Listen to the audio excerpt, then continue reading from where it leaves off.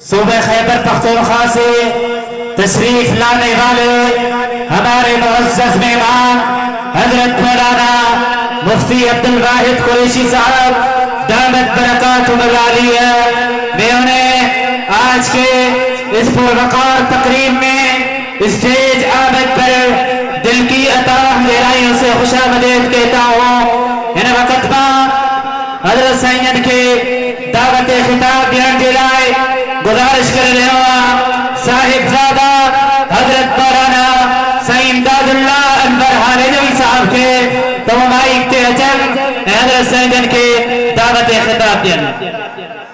مدرسہ تجوید القرآن حمادیہ گوٹھ محمد ابراہیم انڈھڑ جے سالانہ دستار فضیلت حفاظ کرام جے سلسلے میں گزشتہ سال بھی اساں جے وکیل احناف علماء کرام جے کیس کے صحیح معنی میں ہر سطح جی دنیا تے پیش کندڑ برق عالم دین حضرت مفتی عبدالواحد قریشی صاحب دامت برکاتہم العالیہ گزشتہ سال بھی انہن کے ہن مدرسے جلائے عرض کیو سے وقت عنایت کرن جلات مہربانی فرمائی ہی ہن سال بھی انہن تمام ڈرگھی مصروفیتن جے باوجود اساں کے وقت جی عنایت کیا ہے انہن جو دل جی گہرائی ان سا شکریہ ادا کیوں تھا کہ حضرت نے ہمیں ایک دفعہ پھر اپنے قیمتی وقت سے مدرسہ تجوید القرآن حمادیہ کے اس جامعہ کے لیے اس مدرسے کے لیے یہاں کے طلبہ کرام اور اساتذہ کے حوصلہ افزائی کے لیے وقت عنایت کیا ہے۔ ان کی مصروفیات کو اگر میں اسپیکر پہ آج کی صرف جو مصروفیات میں بتاؤں تو وقت لگ جائے گا، بہت ہی مصروفیات کی باوجود انہوں نے ہمارے اوپر کرم نوازی کی ہے۔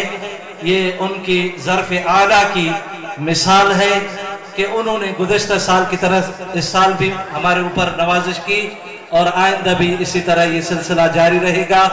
ان کے درمیان اور آپ کے درمیان زیادہ دیر حائل نہیں ہونا چاہتا، تو بلا تاخیر میں اب دعوت خطاب خاص کے لیے گزارش کروں گا اپنے آئے ہوئے آج کی اس محفل کے زینت اور روح رواں اور ہمارے مہمان خصوصی حضرت مولانا مفتی عبدالواحد صاحب قریشی دامت فیوزہم العالیہ کی خدمت میں کہ وہ آج کے اس دستار فضیلت کے پروگرام سے ہم اور آپ کے سامنے اپنے فیوزات سے ہمیں مستفیض فرمائیں۔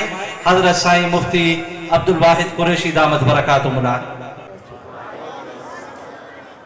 ان الحمد للہ نحمده ونستعینه ونستغفره ونعوذ باللہ من شرور انفسنا ومن سیئات اعمالنا من يهده الله فلا مضل له ومن يضلله فلا هادي له قال الله تبارك وتعالى في كلامه المجيد والفرقان الحميد أعوذ بالله من الشيطان الرجيم بسم الله الرحمن الرحيم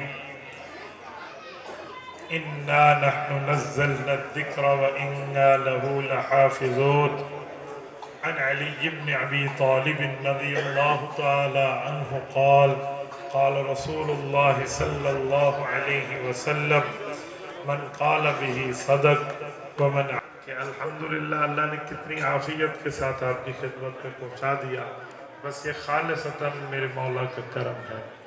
دعا ہے رب جلیل سے رب کریم ہمیں اسی طرح صحت اور عافیت کے ساتھ دین کی خدمت کی توفیق عطا فرمائے۔ میرے دوستو،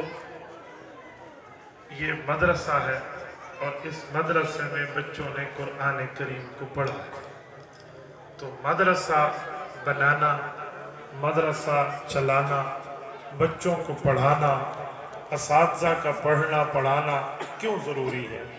کیا وجہ ہے؟ سوال اٹھتا ہے، ذرا بچوں کو خاموش کرا دیتا ہے، کوئی ایک ساتھی چلا جائے نا انتظامیہ میں، بس بچوں کو ذرا خاموش، ادھر دیکھیں۔ آپ مجھے دیکھیں، اللہ آپ کو حج پہ لے جائیں، آپ بھی ادھر دیکھو گے تو پھر فائدہ، ان کو منع کر رہا ہوں تو سارے ان کو دیکھ دیں گے. مجھے دیکھیں مدرسہ بنانا کیوں ضروری ہے؟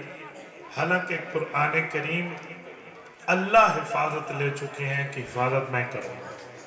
جب حفاظت اللہ کے ہاتھ میں ہے تو پھر ہم مدرسہ کیوں بناتے ہیں؟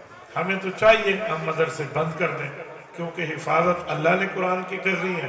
تو اللہ چاہے، اللہ کا قرآن چاہے، ہمارا تو درمیان میں واسطہ آستہ ہی کوئی نہ ہو، لیکن پھر بھی مدارس بن رہے ہیں، مساجد بن رہے ہیں، حفاظ بن رہے ہیں، قراء بن رہے ہیں، علماء بن رہے ہیں، مفتیان بن رہے ہیں. وجہ جب حفاظت اللہ کے ذمہ ہے تو پھر تو نہیں بنانا چاہیے.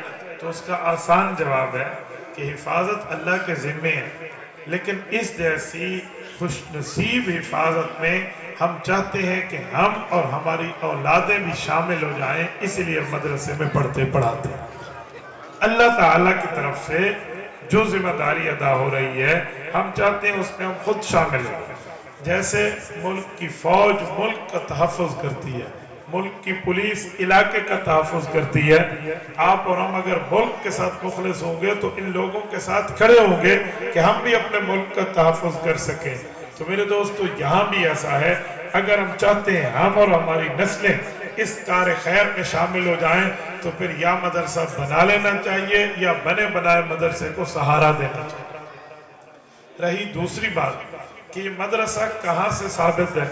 بابا مدرسہ رسول اللہ صلی اللہ علیہ وسلم سے ثابت ہے. حضور پاک صلی اللہ علیہ وآلہ وسلم استاذ بن کے آئے ہیں. بعثت لأتمم مکارم الاخلاق انما بعثت معلما. حدیث پاک کے مطابق نبی معلم، مربی، مزکی، استاذ بن کے آئے ہیں اور نبی پاک نے پڑھنا پڑھانا امت کے اندر جاری فرمایا ہے. تو اس امت کے استاذ رسول اللہ ہے، اور جو حضور کے شاگرد ہیں پوری امت شاگرد ہے، واسطے در واسطے سے لیکن کامیاب ہوتی ہے. اس سے سمجھ آیا؟ استاد رسول اللہ اور شاگرد حزب اللہ، اللہ کا لشکر. یہ جس جگہ پڑھتے تھے اس مدرسے کا نام بیت اللہ، اور جو نصاب پڑھتے تھے اس نصاب کا نام کتاب اللہ. یہ چار چیزیں جب اکٹھی ہو جائیں، استاد، شاگرد، مدرسہ، نصاب، تو پھر کیا ہوتا ہے؟ پھر امتحان کی ضرورت پڑتی ہے کہ استاذ نے اپنے شاگردوں کو مدرسے میں نصاب کتنا پڑھایا ہے، کیسا پڑھایا ہے، اس پڑھانے میں کوئی محنت کی ہے یا سستی کی ہے، فائدہ ہوا ہے یا نقصان ہوا ہے، طلبہ کا وقت ضائع ہوا ہے یا قیمتی بنا ہے. یہ ضرورت ہوتی ہے. تو امتحان لیا گیا. اللہ پاک نے امتحان کے وقت فرمایا کہ استاد رسول اللہ، شاگرد حزب اللہ، مدرسہ بیت اللہ، نصاب کتاب اللہ. تو اولئک الذین امتحن اللہ، امتحان لینے والا خود اللہ. اور آپ جانتے ہیں کہ جب امتحان ہوتا ہے، امتحان لیا جاتا ہے، اختبار لیا جاتا ہے، طلباء سے پوچھ گچھ ہوتی ہے، ان کا جائزہ ہوتا ہے، ان کا چیک اینڈ بیلنس کیا جاتا ہے، تو پھر کوئی پاس ہوتے ہیں، کوئی فیل ہوتے ہیں. اس کو امتحان کا نتیجہ، امتحان کا رزلٹ کہتے ہیں. تو پھر اللہ نے استاد رسول اللہ رکھا، شاگرد حزب اللہ رکھے، مدرسہ بیت اللہ رکھا، نصاب کتاب اللہ رکھا. اولئک الذین امتحن اللہ، امتحان لینے والا خود اللہ. تو پھر نتیجہ آیا راضی اللہ، نتیجہ آیا راضی اللہ. صحابہ کرام نے جو اللہ تعالیٰ کو امتحان دیا تو اس امتحان میں کوئی فیل نہیں ہوا، کسی کو کلاس سے باہر نہیں کیا گیا، بلکہ نبی پاک کے تمام شاگردوں کے لیے رضی اللہ عنہم ورضوا عنہ کا سرٹیفکیٹ دے.